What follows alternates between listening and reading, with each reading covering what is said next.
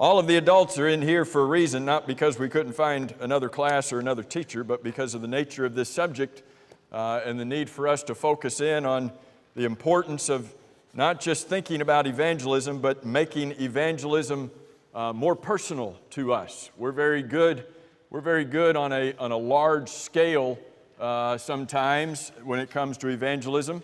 Sometimes we're good at world missions, but world missions it's different. It's different writing a check to help world missions than it is to personally be involved in evangelism with people that we know. And so that's why for the month of April especially, we've said as our theme for April, stand in the gap. That's our theme for the year, stand in the gap, but stand in the gap to take the gospel to people that I know. And so we're spending these Wednesday nights trying to talk about some ways that we can do that. Obviously, we started off with some general thoughts in those first few classes, talking about the fact that we have a responsibility to take the gospel to the lost world, to everybody that we meet, everybody that we know. Did you get one, Kayla? All right, good deal. And what's our motivation in that? How do we motivate ourselves? Give me a four-letter word that would be a good motivation for us in recognizing that we need to get out and teach people the gospel. Love. Is that a good motivator? It caused some of you to get married, didn't it? Notice I said some of you. It caused some of you to get married. It was a motivation for you. It drove you to do something. Does love motivate us as Christians? Did you become a Christian motivated by love? Were you motivated by God's love for you? Do you stand in awe of the love of God? That ought to motivate us, not just to become a Christian, but to live the Christian life. And so we've got, I didn't mention this, but if you've missed any of the classes and want any of the previous pages, from pages 1 through 10, those are up here, as well as the folders. They're up here on the table. You can get any of those that you've missed after class tonight. But we talked about some hurdles. We talked about some obstacles that we face, maybe excuses that we make sometimes when it comes to evangelism, and talking about how do we overcome those. We cannot allow them to stand in our way because God said go and teach the world. So how do I overcome these things that come sometimes stand in my way? And so we talked about some of that. Last week we talked about the letter A. Last week with the letter A we talked about we need to awaken to the prospects around us. And I hope you took those last two pages last week, pages 9 and 10 that had the blanks on them and had about 60 categories of people that we meet to say, okay, these are people that, wow, the souls around me, there's more than I realized. You know, when the guy comes to work on your roof and throws all of those nails down in the driveway when he's working on your roof, he's got a soul, right? And so you can talk to him about the nails in your driveway, and then you can talk to him about the gospel of Jesus Christ. You know, everybody that we meet, the person in front of you at the checkout line who is a coupon queen and then whips out the checkbook but doesn't have enough checks in the checkbook and now is trying to figure out how to pay for all of this. She has a soul. Don't get mad at her. Invite her to church. You know, and so everybody that we meet, and so that was last week. Awaken to the prospects around us everywhere we go. Now, next week, no, not next week, 2 weeks from now, we're going to talk about the letter T. We've got to teach them. But between awakening the prospects and teaching them the letter T is the letter C tonight. And that is, how do we create some opportunities? Okay, so I've woken up, right? Here's all of these souls around me. Now what do? Well, I've got to get over here and teach them the gospel. I want an opportunity, but what's in between? And in between is trying to create opportunities, trying to open those doors. It's what Paul asked the church in Colossae to pray for. Colossians 4 and verse 3. Paul asked the church at Colossae, pray that a door might be opened for the gospel. Your Bible might not have the word door. Your translation might even have the word opportunity. So Paul was praying that something might create an opportunity. So what we're going to talk about tonight and next week is just some practical, and these are not rocket science ideas, but just some practical things that we can do to try to open doors. You know, we might use terminology today about breaking the ice in a conversation or whatever that might be. How do I get from, wow, this person needs the gospel, to teaching them? How do I navigate that road and create an opportunity to try to teach them? So we're going to divide this into two categories tonight. Go to page 11. No, sorry. What page is this? Page 12. And if you look at page 12 and you look at the top of page 13, here's the two categories we're dealing with in this. The first way that we create these opportunities is just by the way that we live, through distinct living. And then we're going to get tonight, we have to get, don't let me not get tonight to page 13. And then we're going to talk about just deliberate interaction. So the way I live, and then deliberate things that I can do. So, does the way I live matter when it comes to teaching somebody the gospel? Does it matter what they see in me before I ever try to teach them? It matters, right? All right, so distinct living. Very quickly, let me go through these 11 thoughts here. What does this mean? If I'm going to have an opportunity to teach somebody the gospel, and that's what we're talking about tonight, creating opportunities. If I'm going to have an opportunity to teach somebody the gospel, then I've got to live a life that is holy. Now, did I say perfect? Does God say you have to be perfect? Anybody in here perfect? Mary Quinn's back there. Mary Quinn's about as close to perfect as you can get. Mary, why are you shaking your head? I don't know, Mary. Anybody in here perfect? Okay, God wants us, what does it mean to be holy? Wow, dead silence. Are you all awake? H-O-L-Y. What does it mean to be holy? Set apart. What does that mean? What does it mean to be set apart? Different. Okay?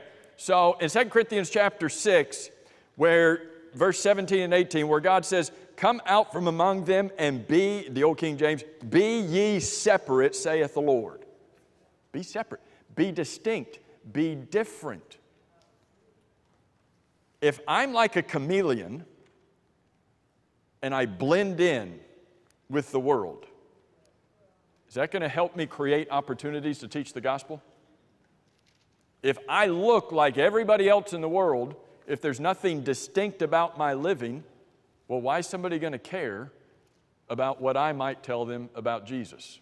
They've got to sit. And so the whole point in this first page tonight is just they've got to see it in me. Number two, in these first few, there's some overlap in these first few, and so I'll admit that to you. But number two, you need to be a real Christian. 2 Corinthians chapter 3, verses 2 and 3, Paul says that you are an epistle. Did you know you are an epistle? Does that hurt? Does that itch? Does it itch to be? What does it mean you are an epistle? Okay, you're an example. What do you do with an epistle? You read it, right? So he says you are an epistle. What does that mean? People are reading you. Did you know people are reading you? What are they reading? You're like, well, I'm not sure. I don't know if I want them to read me. People are reading you, whether you want them to read you or not. Do you think they can spot a real Christian? Do you think they can spot a fake Christian? Think they can tell the difference? They can tell the difference. When they look at you, that guy's real. That guy is real about he's not fake. I've seen fakes, I've known fakes. That guy is a genuine Christian. Does that, what's our point tonight? Does that help open a door? Does that help create an opportunity if I go to talk to them that I've been a real Christian? Number three, I need to be L-O-V-I-N-G. I need to be loving at how often? Oh, wow. All times? Seriously? All times? John chapter 13, remember what Jesus said? People will know that you are my disciples because you have a necklace on that has a cross on it. And they will know that you are my disciples because that's what I'm not saying there's anything wrong with that, but is that what Jesus said? That's how they're going to know? They will know that you are my disciples because Mike's got, I don't remember when our press on theme was. Maybe 4 or 5 years ago, we had that Press On theme, right?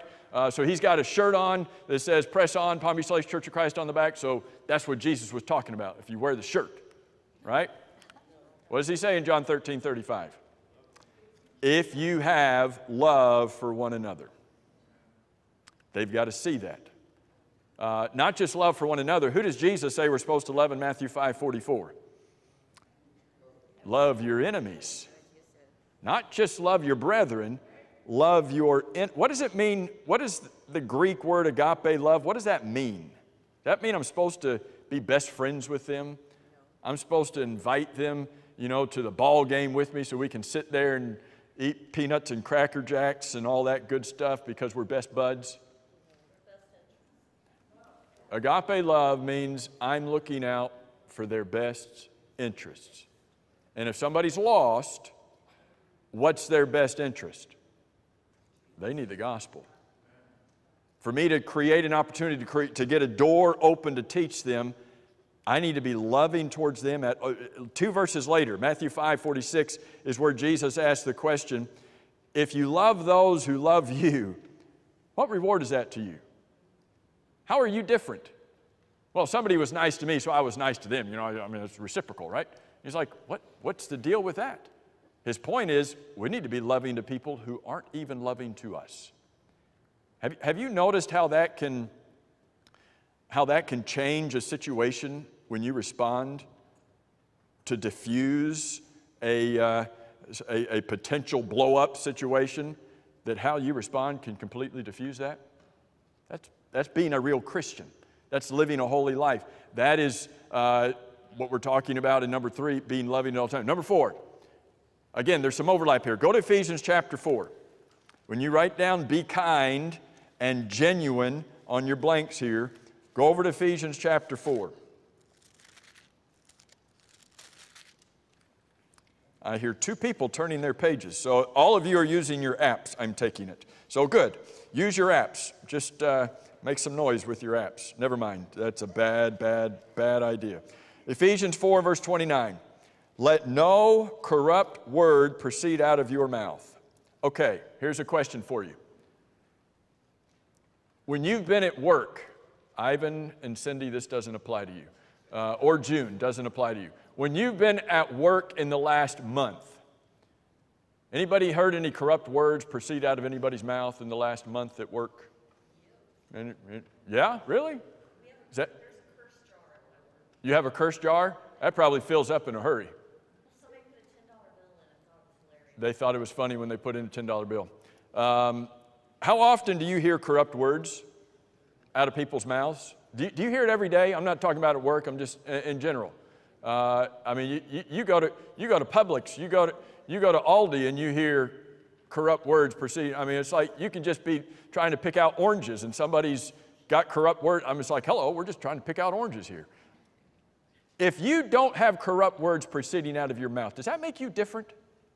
If you've got a curse jar that says, you know what, I don't want cursing around me. If you're going to do that, drop a $10 bill in here. Does that make you different? But what do? Instead, whatever is necessary for edification, that it may impart grace to the hearers. When we speak, here's a question for you. Do we impart grace to the hearers? Verse 31, let some of your bitterness be put away from you, but you can keep what you want. Is that what it says? Do you have the word ALL? Let all bitterness, you can't keep any of it, wrath, anger, clamor, evil speaking, be put away from you with all malice, and be kind to one another, tender-hearted. What else? Forgiving one another. What's our standard? Even as God in Christ forgave you. Do I do that? If I am genuinely kind and patient and tender-hearted and forgiving as God would have me to be, is that going to help me to be holy and different? Yeah, because that's not the way the world looks. Number 5, distinct living involves being enthusiastic about your faith. If you are sad about being a Christian, guess what? Nobody's going to want to hear what you got to say about being a Christian. If you complain about being a Christian, guess what? Nobody wants to hear one word from you about becoming a Christian. But if you are enthusiastic about it, in Acts 4 and verse 13, statement is made about Peter and John. They could tell that these men had been with Jesus. How could they tell? This is months after Jesus ascended into heaven. What do you mean they had been with Jesus? It was still there. Jesus had ascended months earlier, but the impact that Jesus had on their lives, it was still evident. Not because they could smell Jesus on them, not because they were wearing Jesus' t-shirt or something. It's because of the effectiveness, the genuineness, and the enthusiasm of their faith. Do people see that in us? They need to. They need to see that we love being a Christian, that we love going to church, that we love our Christian family. Number 6, we need to be humble. You want to be different from the world? Be humble. And this ties back in with number 3, agape love. Look out for the needs of others. Romans chapter 12 and verse 3 says, not to think more highly of yourself than you ought to think. Do you know anybody who thinks highly of themselves? They think really highly of themselves. They think higher of themselves than anybody else does. You know anybody like that? Don't look around the room. I'm just asking in general. You know anybody like that? You know anybody that's truly humble? Philippians 2, verse 3, let nothing be done through selfish ambition or conceit. Does that need to be us? Will people care what I say about Jesus if I'm conceited? Will people care what I think about Jesus if it's always got to be my way? I always have to have my way. It's all about me. On the screen is Luke 18, parable of the Pharisee and the publican. When that Pharisee's over there praying and just so all into himself, does he strike you as a guy who's really good at personal evangelism? Or does he strike you as a guy that's like, don't look at Jesus. What are you doing? Look at me. It's all about me. If I'm truly humble, is that going to help me stand out from everybody else? Is that distinct living? Not fake humble. People spot that. Genuinely humble. Number 7. If I'm going to live a distinct life to where people can see there's something different about me as a Christian, I need to be genuinely interested in other people. Was Jesus genuinely, to ask the questions, the answer is to answer it, right? Was Jesus genuinely interested in other people? He's like the captain of being genuinely interested in other people. How many times when you're reading through the life of Jesus, do you read about occasions where Jesus was trying to go to be by himself, to pray? He's trying to get away after a long day. He's trying to find a place to be isolated, and the crowds continued to, the Bible uses the word throng him. The crowds continued to throng him. And did you ever read about Jesus turning around and say, give me a break already, would you? Like you would have? What did he do? Matthew 9 and verse 35. He looked at the multitudes who were thronging him in verse 35, and verse 36 says, he looked upon them with compassion. He was moved with compassion for them. He genuinely cared about people. That needs to be us. Number 8, you want to be different than the world? Be honest. You know anybody who lies? I mean, I asked you, has anybody at work used any corrupt words, recently? Do you know anybody who's haughty and full of themselves? Do you know anybody who's not honest? If you still got your Bible in Ephesians 4, what does God tell us to do in verse 22? To put off the old man. Verse 24, put on the new man. What does that look like, verse 25? It looks like putting away lying from among yourselves. I remember my dad telling me that he worked for a guy one time who basically asked him to lie to the customer.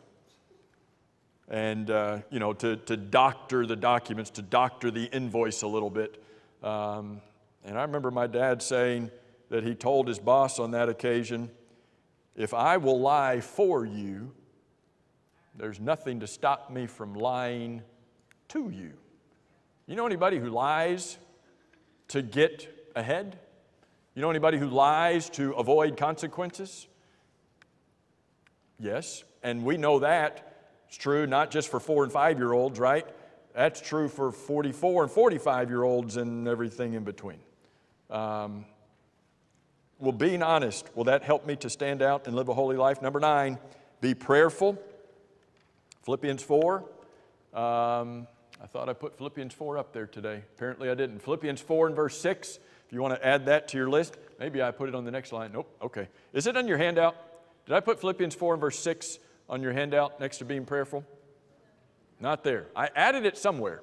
Maybe that was in my dream somewhere. All right. So Philippians 4 and verse 6, let nothing be anxious for nothing, but in everything by prayer and supplication with thanksgiving, let your requests be made unto God. All that's going on in the world today, guess what we need to do?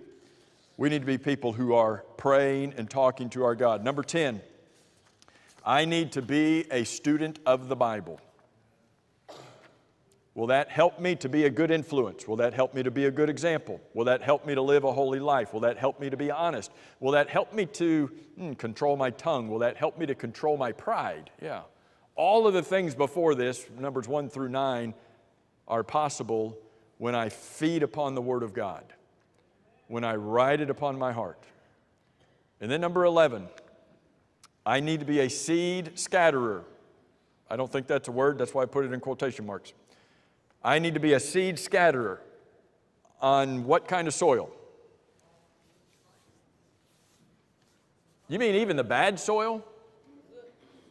Even the soil, even people that don't want it, I'm supposed to try to spread seed on them? In Luke chapter 8, you read Jesus' parable of the soils. Which soil did the sower scatter seed on? All of it? He wasn't very good at his job then, was he? He was wasting seed. If he was good at his job, he would have taken the seed and just put it on the good soil, right? Why waste it on the other soil? Is it hard to tell today who's good soil and who's bad soil? I mean, you might be able to walk out there and see if there's thorns somewhere. You might be able to walk out there and say, no, that's concrete. I know the difference between concrete and green grass. You might be able to do that, but can you look at a person and know their heart? Can you look at a person and say, yeah, no, that person's not going to be receptive. But you look at somebody else, well, this person would be, and it turns out to be just the opposite. You all know Phil Sanders, who's preached here however many times he's preached here. He's the speaker on In Search of the Lord's Way every Sunday morning. And seems like Phil told this here. I've heard Phil tell it in other places, if not here. You all know the name Jeffrey Dahmer, right?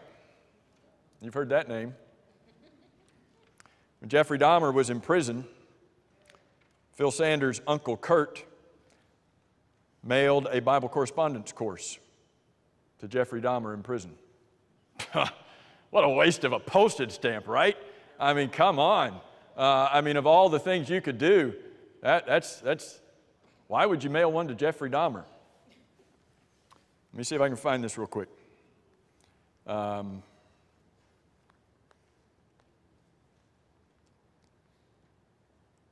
April 1st, 1994.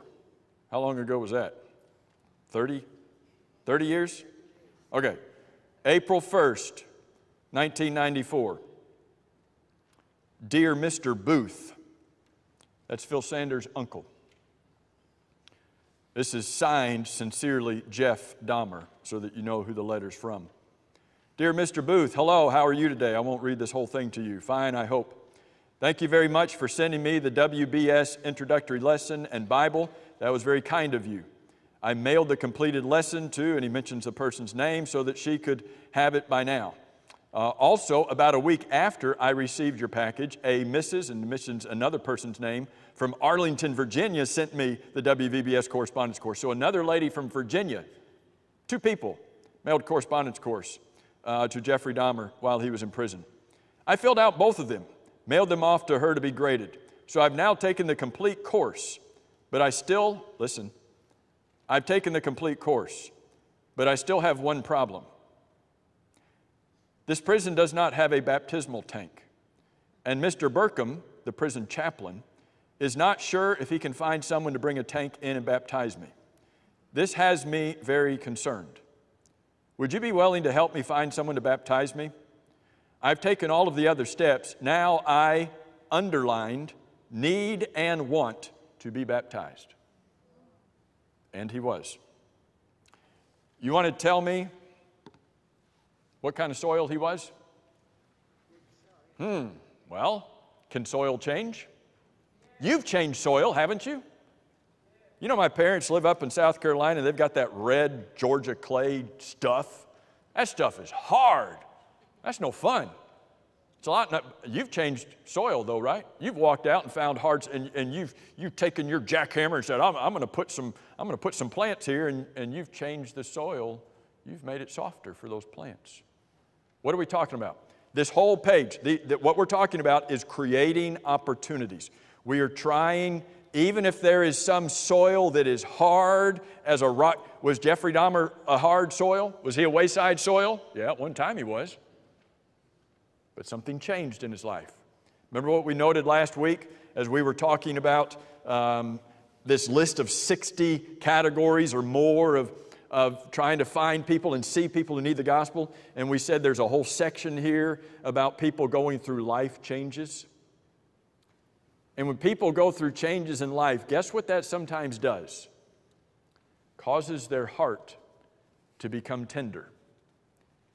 Did Jeffrey Dahmer go through some life changes when he got into prison? Causes you to wake up and to find yourself sometimes.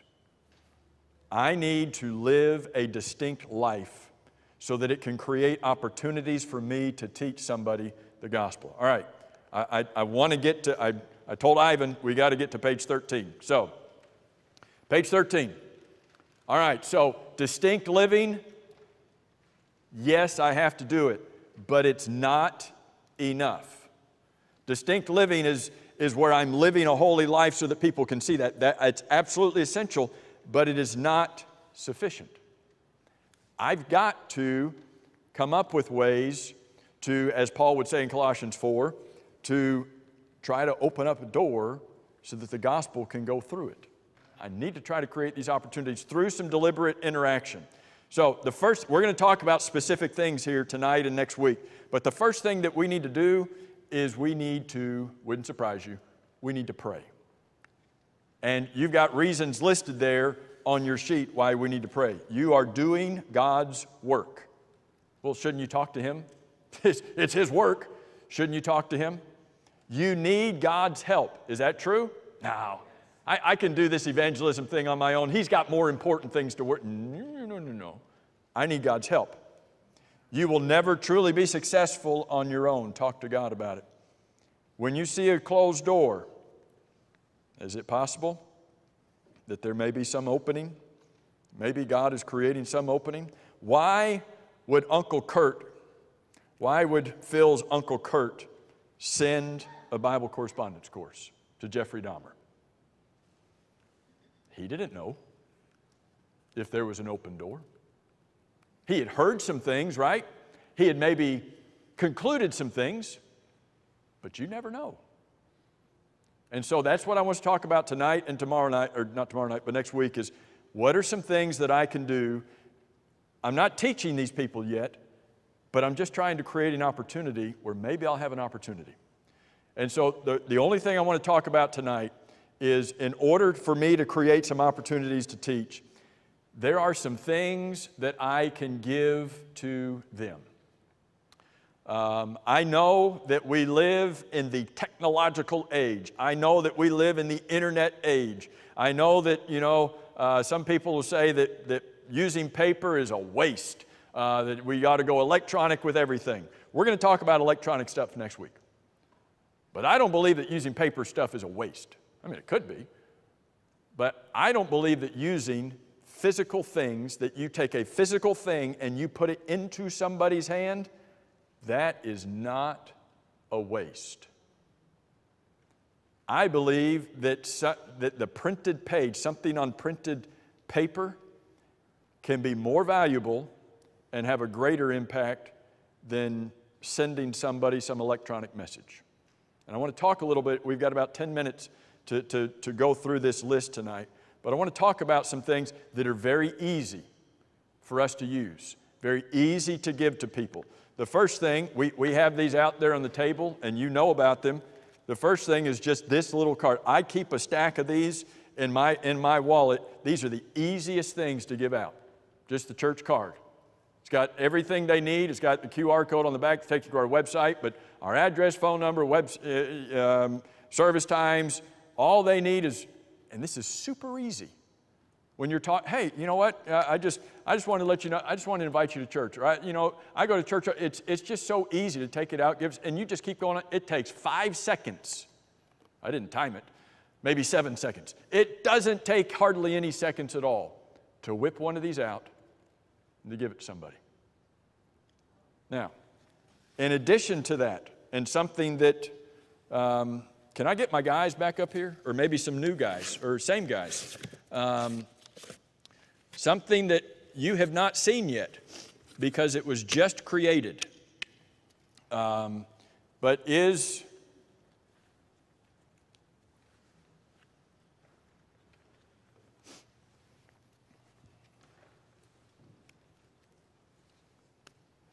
okay. This is a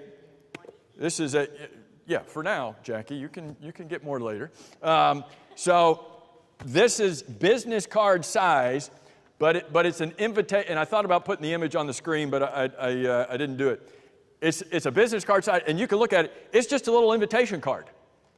And it just says, hey, you are invited, with the QR code on the front, gets them to our website, gives them the information they need on the bottom of the card. The back side of the card has service times and has, here's some things that we have available at the church, and a place for you to write more if you want, and a place on the back to invited by, you write your name.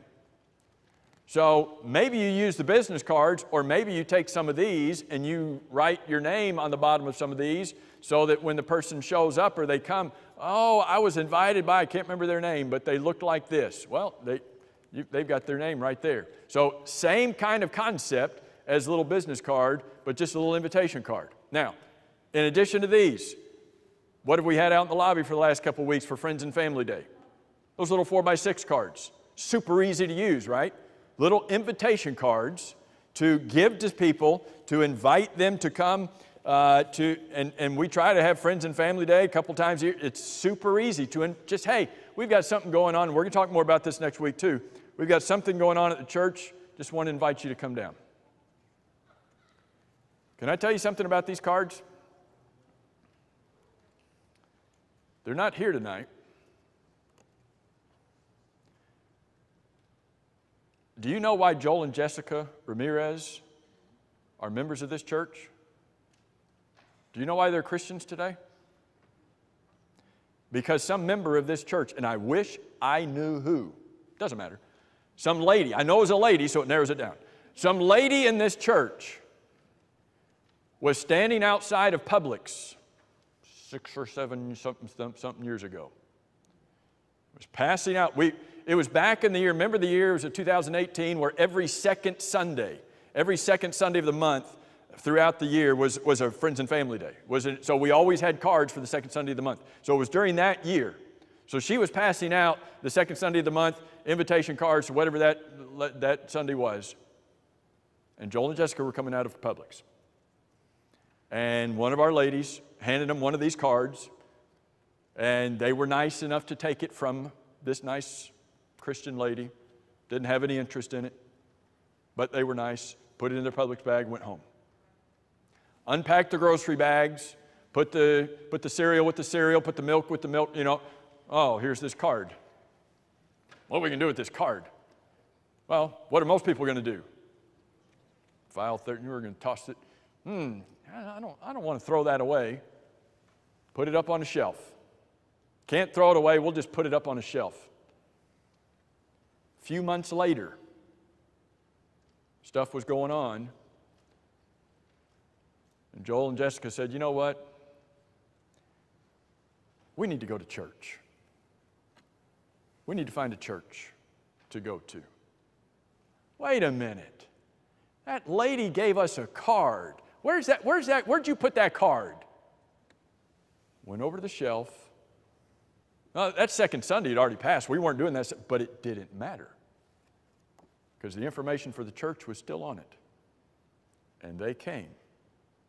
Why? Because somebody took a piece of paper that you might think is a waste, took a piece of paper and handed it to them. Is that something I can do? To create opportunities. All right, we got 8 more. We got to move, right? Number 3, give them a Bible tract. All right, Ivan just loaded up another table out in the lobby. Ivan, I didn't see who helped you. I know Ivan didn't do it by himself, although he could have. So now, did you notice when you came in, there's like 4 tables of tracts out there. You all need to empty those tables tonight. We got Ladies' Day tomorrow, okay? We're not sharing those with the ladies tomorrow. Those are for you all right? So empty those. But now, not all of those tracts are good for evangelism, right? There's some out there that, are good for you, but not good for evangelism. But there's a little table that Ivan just put out here that has good tract, and some of those out there are good Bible tract. So now you're taking it up a level, okay? It's not just an invitation, not just a little information card about the church. Now you're taking it up a level to, here's something I'd like you to read. And as we talked about Joe Crockett on Sunday, we ought to say to them, here's something I'd like you to read, and just let me know what you think about it. Just ask them to come back and tell you what they think about it. Number 4, not just a Bible tract, but what about a Bible bookmark? We made some of these. We keep them out in the lobby. They're also on that table that Ivan just put out there. And you can get bookmarks anywhere, but we made these bookmarks several years ago that on one side says what Jesus did for you and why, and the other side says what Jesus expects of you and why. It has the whole plan of salvation, how to teach somebody what Jesus did and what Jesus wants. How about carrying these around? Again, you're stepping up your game a little bit from the little card to a little bit more information, but it lets them know what's critical to their soul. What about a copy of the church bulletin? What if you go to work on Monday and say, hey, I was at church yesterday and picked up an extra bulletin. Would you like one? End of conversation. That's all you're doing. Just, hey, I got an extra bulletin at church yesterday. Would you want a copy? And if you all start doing that, we'll have to start printing more. But we'll print more. Because what an easy, I was just at church. You want a copy I got an extra copy of the bulletin. And all that is just, we say breaking the ice. It's just trying to create an opportunity where perhaps you can walk through with the gospel one day. Number 6, give them a printed article.